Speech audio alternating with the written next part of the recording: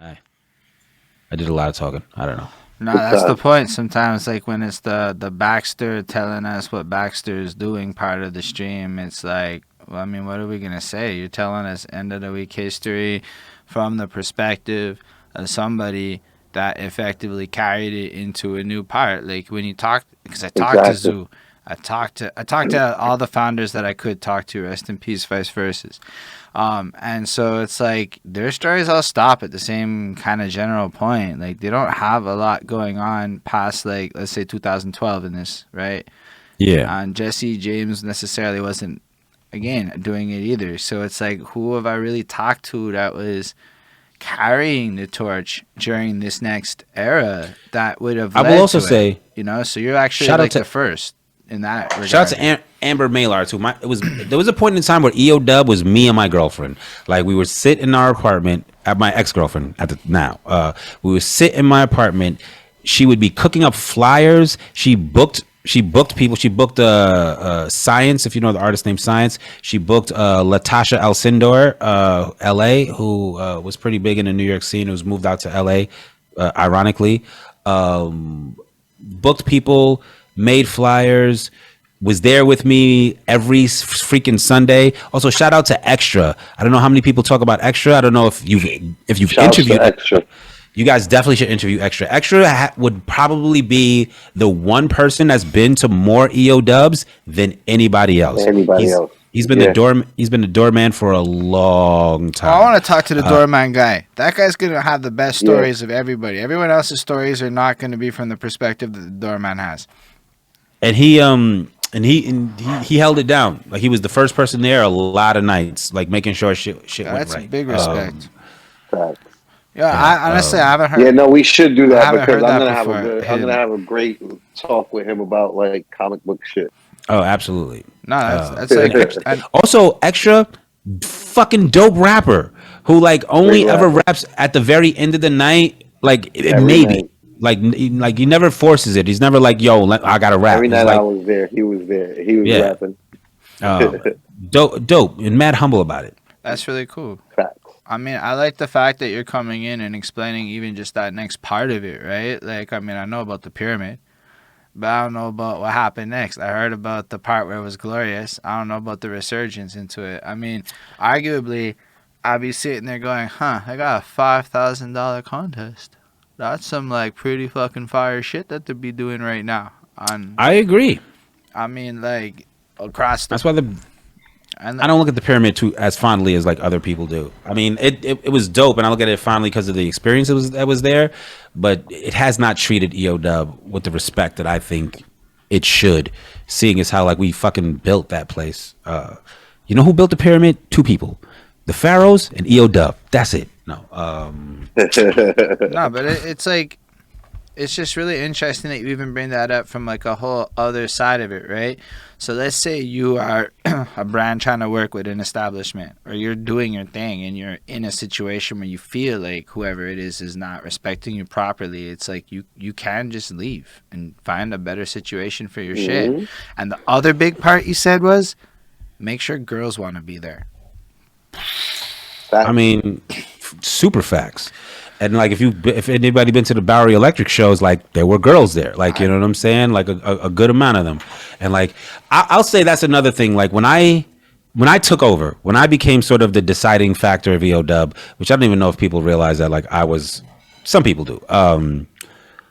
I had one directive, and that was I wanted to put on a show that if you came to it, you would want to come to the next one. That's the only thing I gave a fuck about. I didn't care about putting my friends on. I didn't care about making sure people who like came 20 years ago rapped. I didn't care about like any of that shit. I cared about making a dope show and making a show that you would want to come to the next one.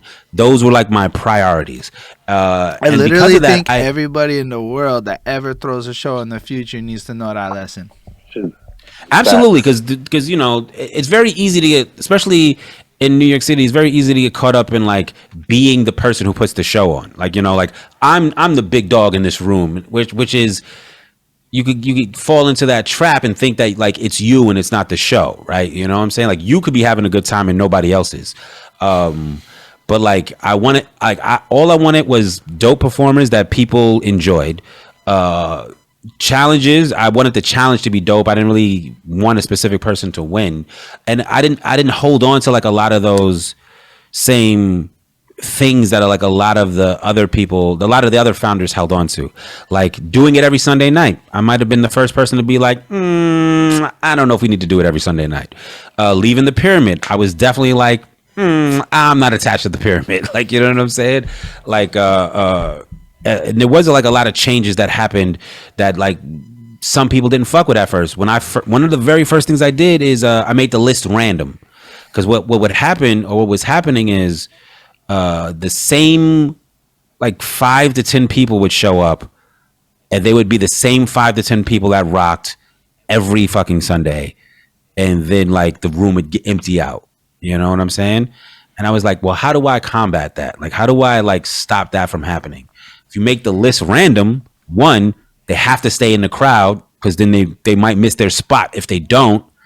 And then two, it's a new versions of people every fucking week or month. You know what I'm saying? And we lost people because of that. There were certain people who were so used to being able to rock first, or being able to rock like whenever they wanted to in that first batch, that they stopped coming. You know what I'm saying? Or people who were like, they were in with somebody, right? They would be like, they would have somebody who was there and they'd be like, yo, put my name on a list. And they were so used to like coming in and being third on the list and going like first. It's like, now they're like, yo, put my name on the list. They don't know when they're going. They could get called first. They could get called, like, they could have their name on the list and get called last. Like, you have to be there for the whole show. You know what I'm saying? So it's like changes like that some people, I'm pretty sure, looked at as like hurt because we lost people, but gained a whole new audience. Like, you know, we went from having 15 people in a room to having the room packed out, you know? And Can't argue with those type of results. I mean, and then Right. that's it. Like, at the end of the day, it just sounds like what you did was what was necessary to adapt to a different market. Like, let's be real. As an artist, if I'm like going to come to your shit and it's always going to be the end of the night to an empty crowd in an era with the internet, why am I doing that? Like, there's no reason for me. Like, I mean, yeah, I might love the rap, but like, nah, like, I want my opportunity to hit the front of that crowd. And yo, then the other side of it is like, I don't know, maybe I'm just spoiled, but man, my life has never allowed me to always be the first person to show up at some shit. There's always like, it's not easy. So then it creates like this situation where it discourages people. And right. And if the list is random, there's a chance that if you show up and you sign it whenever you signed it, you might be next. Which is like, amazing. you know what I'm saying? Yeah. Right. Yeah, that's really cool stuff. And I'm gonna say that sincerely. Yeah. Like, it's like good advice for how to keep people engaged, because everybody knows that most shows clean out and people spend half the show outside type thing. Right. Yeah, no, And- I could tell you from like being, I mean, I didn't part, right? Like, I was like already like Right. not like participating We're in an open heavily micer. Yeah. by, yeah, exactly, right? But I could tell you that I, as a person who just identifies problems like for a living and like just recreationally, because that's who I am. Like, there were wild problems, and it sounds like you fixed them all. You know what I mean? Like, I don't know about all, shit. but I mean, a lot of problems that, like, you know, that is a huge problem. The list and people like performing and not, that's a super great answer to that problem. Like, Yeah. you know what I mean? Like, The location, randomizing the the list. vibe, recognizing. But it was also like, Yeah, yo, the vibe. I want to Yeah. make sure my life is simple too. And I like that's where it came I from. mean, it's a little simple and it's not, because like Flacko said, like I am a problem solver as well. Like I identify patterns, and if you're just talking about a problem in front of me, I'm probably already thinking of like how to solve your problem, How to solve a problem. whether Yeah. I say it or not. But the negative part about that is oftentimes you come off as being like the person always pointing out the problem. Like, you know what I'm saying? Yeah, yeah. Like, so a lot of times people are like all excited about their plan, and I'm like, well, Ooh, you know what I this see that's a flaw like there? this is gonna happen if we do this, and we need to be like prepared for it. Like, you know, Prepare, which for the is worst and Yeah. hope right. for the best. Absolutely, especially in live events, you know, because at live events, shit is always going to go wrong. Like whenever Yep. people is putting a run of show and like it's to the minute, I'm like, have you done this before? Like, you know, if they're like, Joe jump around gets off of stage at 11:30 and fucking Maggie's whatever gets on stage at 11:31. I'm like, that's not gonna happen. Like, not at all. Like, there's gonna be time. Like, with the first, one artist is gonna keep talking, or the other artist has to get set up or whatever. It's like, why don't you put that time in there? Put 3 minutes between the shows. What this person ends, 3 minutes, next person starts. That way, if it is seamless, we're ahead of schedule. Like, you know what I'm saying? And if it's not, we accounted for it, you know? And it's just like little shit like that you know, you learn doing this shit, doing a event production, you know? I kind of miss it. I'll be, to be honest with you, like doing live shows and like, cause it's when it all comes together, that is a fucking It great feels it's a good feeling. Yeah. I mean, like, yo, I did my job. facts, especially when you see like the crowd enjoying it and it's the end of the night and it's like people are like, yo, this was a great show, like can't wait for the next one. I'm like, that's the fucking point. That's the fucking point. Yeah. so like you basically ran this till COVID. What would you say? You basically ran this until COVID like ended shit. What was the last? I think we might have taken a break because we were planning on doing the World Finals in New York. I don't know if you remember this. The 2020 World Finals was supposed to be in New York City, so we were like trying to plan for that, like, you know, the week of events and all that stuff. But then COVID hit. So like up until COVID, I would say I was up until right before COVID. What happened was there was a point in time where I was the only person that I had to like check on about, like, if I wanted to book somebody, I just fucking booked them. If I wanted to put a flyer out, I just put the flyer out. Like whatever needed to get done, like I didn't have to ask anybody. Like I, for all intents and purposes, was EO Dub.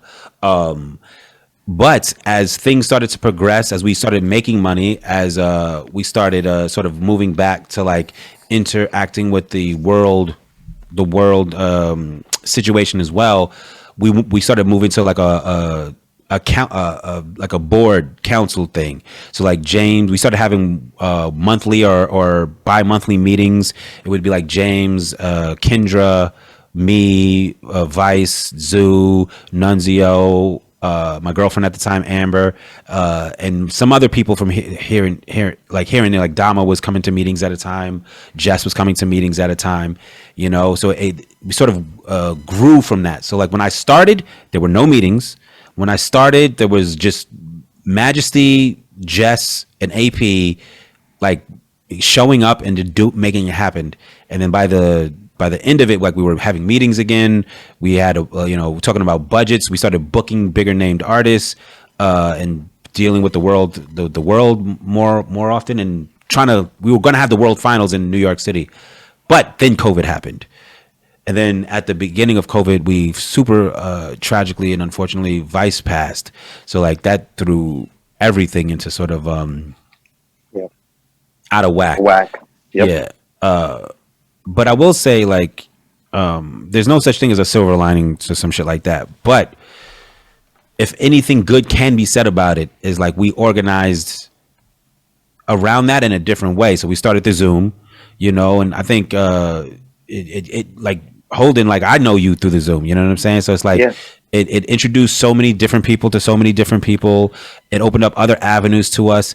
One of my biggest sort of not gripes, but one of my biggest pet peeves, and anybody will tell you this, is I've always been harping about EO Dub transitioning to the internet. I was like, yo, this live shit that we're doing is fire, but it don't matter if we do it and then that's it. Like if you were there, you saw some dope shit, but that's it. It's like we need to the dope shit that happens needs to be created for content for the internet. For content. Woo! For Right. internet. Spit that game. Like Say it Yeah. again. Like if it doesn't exist on the internet afterwards, then we might as well have not have done it. You know what I'm saying? That was the biggest disservice that happened to like look, you know how many people in like just like no bullshit, right? How many people in EOW history were like more popular than me in EOW, but they weren't more popular than me online? Facts. You know what I mean? Like you didn't have no fucking battles with 40,000 views. You know what I mean? Facts. So like, and that's what like And caused me to be more those battles live popular. today. And That's they live true. today. It's Exactly. actually That's like content that I had that like still continues, and it Mm-hmm. held it down, and it helped my popularity. And I saw people at the dub that they were like great The man. artists, They that they were the were the man. man at the dub, but you didn't do like there was no content coming Right. out of there for you to show the rest of the world. So nobody ever That saw that dope freestyle nobody that saw person that. did. Yeah, it Nobody. was just Yeah. us who were at the dub that Right. Sunday. yo, that's So big like that was facts. always, and even today I would say that's still like we're doing more, and I'm happy about it. But I think there's a more direct Well- and advantageous way. Then I see, this is no disrespect. I saw like organizations like Team Backpack, and I'm like, yo, there is no Team Backpack. Like it doesn't exist in the physical world. You can't go to Team Backpack. You can't like see Team Backpack. It only exists on the There's not internet. a place. Yeah, Right. it's just And the that's no internet. respect to them. But what I'm saying is No. like I saw them get so big doing something that we do We already do. in real life. Like We like But you know what the were thing doing is? it way Is before that because anybody it else wasn't was on the doing it. internet? Like, yo, Yeah, I mean, exactly. how was I supposed to Absolutely. see it on YouTube back when Team Absolutely. Backpack was And showing up in Montreal? and that's what I was trying to like. That was what I was always harping on in these meetings. I was like, yo, we got Immortal Technique. We got Homeboy Sandman. We got Charles Hamilton. We got like all The these people. names that everybody else would look at like with all that reverence. Right. Like this is our alumni. Right. Oh, like if we, but the problem was like we never stopping the open mic was never the option. So it's kind of like trying to change the spark plugs on a car while you're driving it. You know what I'm Yep. saying? It's kind of like trying to like create this new, or trying to create this new thing while you're still like maintaining this other thing. So it's like while I could recognize and acknowledge that we definitely are slacking on the internet, and that's where the future of EOW is. I still had so much.